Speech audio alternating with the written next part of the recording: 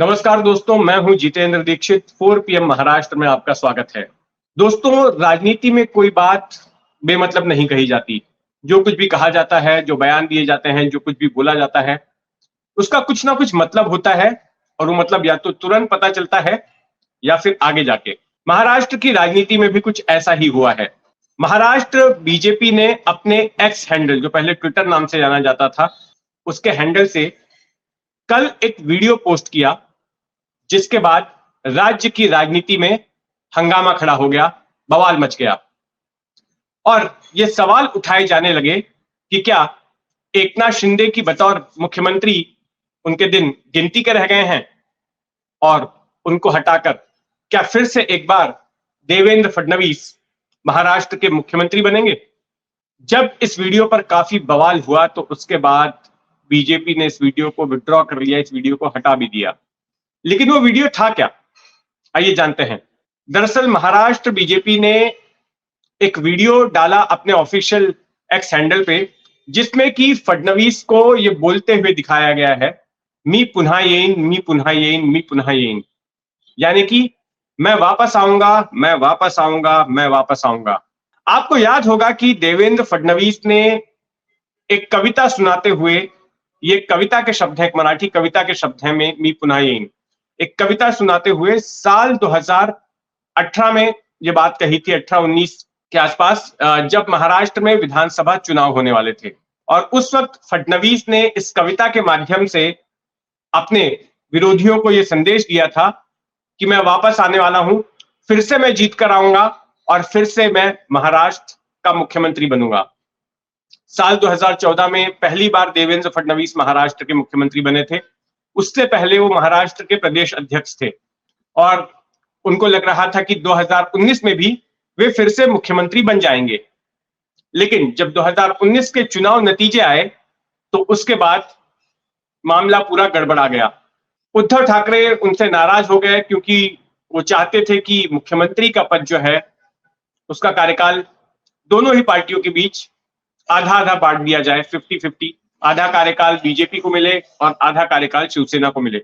BJP ने कह दिया कि ऐसा कोई वादा आपसे नहीं किया गया था, लेकिन उद्धव का कहना था कि खुद अमित शाह जब मातोश्री आए थे तब उन्होंने इस तरह का वादा किया था। बीजेपी ने उनकी बात को झूठ बताया, जिससे उद्धव ठाकरे नाराज हो गए। या फिर यह कह सकते हैं कि पहले से ही उद्धव ठाकरे और शरद पवार के बीच कुछ चर्चा चल रही थी, जिसमें यह था कि बीजेपी को बाहर रखकर किस तरह से सरकार बनाई जा सकती है महाराष्ट्र में, जिसमें एनसीपी और शिवसेना हो और कांग्रेस को भी साथ में लिया जा सकता है। तो वही हुआ, बीजेपी शिवसेना का गठबंधन चुनाव के बाद टूट गया और फिर इन तीनों ही पार्टियों की आघाड़ी बनी, अलायंस बना, जिसको नाम दिया गया महाविकास आघाड़ी। और उद्धव ठाकरे मुख्यमंत्री बन गए और मैं फिर आऊंगा कहने वाले देवेंद्र फडणवीस चूक गए। लेकिन तकनीकी तौर पे देखा जाए तो फडणवीस अपने इस बयान के बाद एक बार वापस आए भी 3 दिनों के लिए। जब सरकार बनने की कवायद चल रही थी 2019 में, तो आपको याद होगा कि एक सुबह अचानक देवेंद्र फडणवीस और अजीत पवार शपथ लेते नजर आए। उसके एक शाम पहले महाविकास आघाड़ी ने ऐलान कर दिया था कि उद्धव ठाकरे मुख्यमंत्री होंगे, लेकिन अगली ही सुबह, वो 23 नवंबर की सुबह थी जहां तक मुझे याद है, सुबह 8 बजे के करीब तमाम टीवी चैनलों पर देवेंद्र फडणवीस मुख्यमंत्री पद की शपथ ले रहे थे और अजीत पवार उप मुख्यमंत्री पद की। अजीत पवार ने ये पहली बार बगावत की थी तब अपनी पार्टी से। लेकिन हुआ ये कि मामले को सुप्रीम कोर्ट में चुनौती दी गई और ये कहा गया देवेंद्र फडणवीस को कि आप विधानसभा में अपना बहुमत साबित कीजिए। लेकिन तब तक में शरद पवार ने खेल कर दिया और उन्होंने चेतावनी दी कि जो भी लोग अजीत पवार के साथ गए हैं उनके खिलाफ दल बदल कानून के तहत कार्रवाई की जाएगी। उनकी चेतावनी से जो साथ गए विधायक थे अजीत पवार के, वो डर गए। उसी शाम, जिस दिन सुबह शपथ विधि हुई थी, उसी शाम तक ज्यादातर विधायक वापस आ गए और बाकी के विधायक भी अगले 2-4 दिनों में आ गए। और फिर 3 दिनों के भीतर ही सरकार गिर गई, क्योंकि देवेंद्र फडणवीस को लगा कि अगर अजीत पवार के विधायक साथ में नहीं है तो फिर वो विश्वास मत हासिल नहीं कर सकते, और ऐसे में उन्होंने इस्तीफा दे दिया। तो तकनीकी तौर पर तो एक बार वापस आए थे। अच्छा, दूसरी बार फडणवीस को तब लगा कि वो वापस आ सकते हैं जब पिछले साल 2022 में एकनाथ शिंदे ने शिवसेना से बगावत कर दी और बगावत करने के बाद उद्धव ठाकरे की सरकार गिर गई और फिर बीजेपी और शिवसेना की सरकार आई। अब चूंकि बीजेपी के पास में ज्यादा विधायक थे, 105 विधायक अपने थे और साथ में करीब 15 के आसपास छोटी पार्टियों निर्दलियों का समर्थन था, 120 विधायक बीजेपी की तरफ थे। तो ऐसे में बीजेपी को लगा कि मुख्यमंत्री उन्हीं का होगा और जाहिर तौर पर फडणवीस का नाम सामने आ रहा था। लेकिन राजभवन में जब प्रेस कॉन्फ्रेंस हुई तो उस प्रेस कॉन्फ्रेंस में फडणवीस के मुंह से ही एक कहलवाया गया कि मुख्यमंत्री एकनाथ शिंदे होंगे और फडणवीस ने कहा कि मैं सरकार से बाहर रहूंगा। इस घटना ने सभी को चौंका दिया कि आखिर 15-20 विधायकों, तब ज्यादा विधायक नहीं जुड़े थे एकनाथ शिंदे के साथ में, 15-20 विधायकों वाली शिवसेना को आप मुख्यमंत्री पद दे रहे हैं और वहीं दूसरी तरफ जिसके पास खुद के अपने 105 विधायक हैं, 15 निर्दलीय और छोटी पार्टियों के विधायक हैं, उनको आप मुख्यमंत्री नहीं बना रहे हैं। उसके 3 घंटे बाद ही, दोपहर को प्रेस कॉन्फ्रेंस हुई थी, उसके 3 घंटे बाद ही शपथ विधि थी राजभवन में और शपथ विधि के लिए पहले 2 कुर्सियां लगाई गई थी, एक राज्यपाल भगत सिंह कोश्यारी के लिए और दूसरी कुर्सी थी एकनाथ शिंदे के लिए जो मुख्यमंत्री पद की शपथ लेने वाले थे। लेकिन अचानक पत्रकार तब चौंक गए जब उन्होंने देखा कि एक तीसरी कुर्सी भी लगाई जा रही है और फिर कुछ देर में उस तीसरी कुर्सी पर देवेंद्र फडणवीस बैठे नजर आए। पता यह चला कि देवेंद्र फडणवीस को उप मुख्यमंत्री बनाया जा रहा है। चौंकाने वाली बात थी कि जो आदमी मुख्यमंत्री रहा है 5 साल और फिर एक बार मुख्यमंत्री बना, यानी कि 2 बार मुख्यमंत्री बना, उसको अब उप मुख्यमंत्री पद की शपथ लेनी पड़ रही है।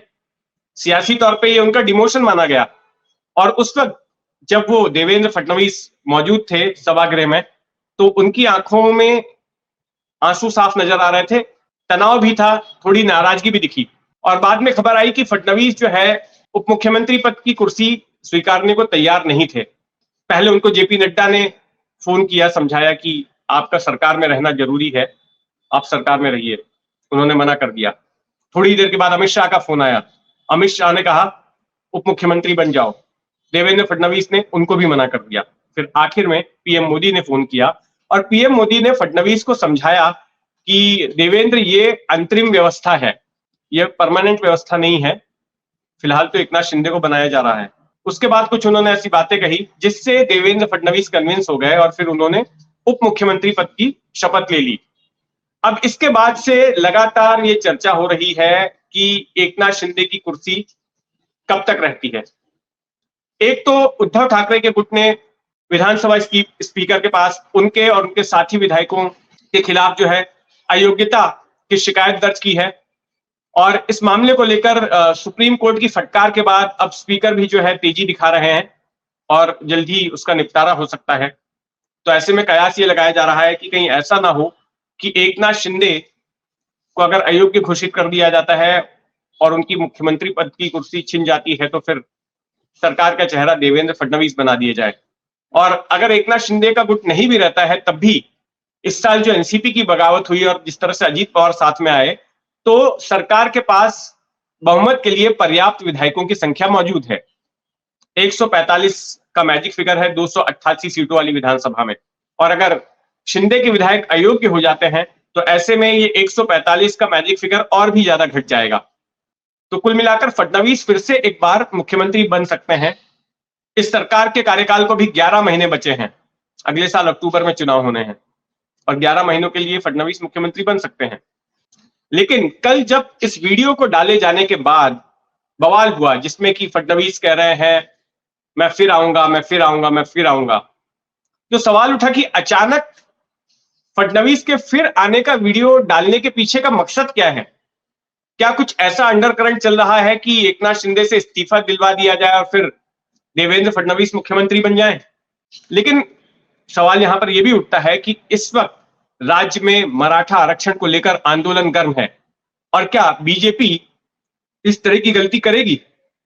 क्योंकि शिंदे को मुख्यमंत्री बनाने के पीछे एक उद्देश्य यह भी था कि शिंदे एक मराठा चेहरा है और राज्य में मराठा जिस तरह से आक्रामक हो रहे थे आरक्षण को लेकर, तो उसे शांत करने में शिंदे का इस्तेमाल किया जा सकता है। लेकिन जो जमीन पर हालात नजर आ रहे हैं उसको देखते हुए शिंदे बेबस दिखाई दे रहे हैं और मामला उनके कंट्रोल से बाहर निकलता जा रहा है। तो ऐसे में क्या राज्य के नेतृत्व में कोई परिवर्तन होगा?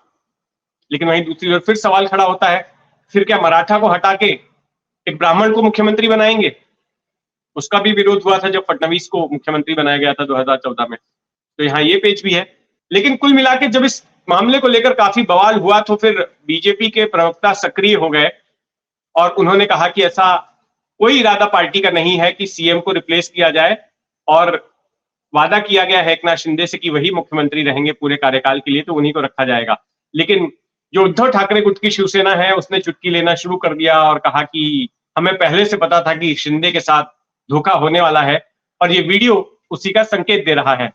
लेकिन बवाल के बाद में करीब 1.5-2 घंटे तक वो वीडियो था एक्स के हैंडल पे। उसके बाद बीजेपी ने जब देखा कि मामला बहुत ज्यादा गर्म हो रहा है और विपक्षी पार्टियां जो है उसको एनकैश कर रही हैं, उसको भुना रही हैं, तो फिर उस वीडियो को हटा दिया गया। तो अब किस तरह की हलचल होगी? क्या वाकई में देवेंद्र फडणवीस मुख्यमंत्री बनने जा रहे हैं और एकनाथ शिंदे का थैंक यू हो जाएगा? हमारी इस पर नजर बनी रहेगी। आप भी अपनी नजर बनाए रखें 4 PM महाराष्ट्र पर। धन्यवाद।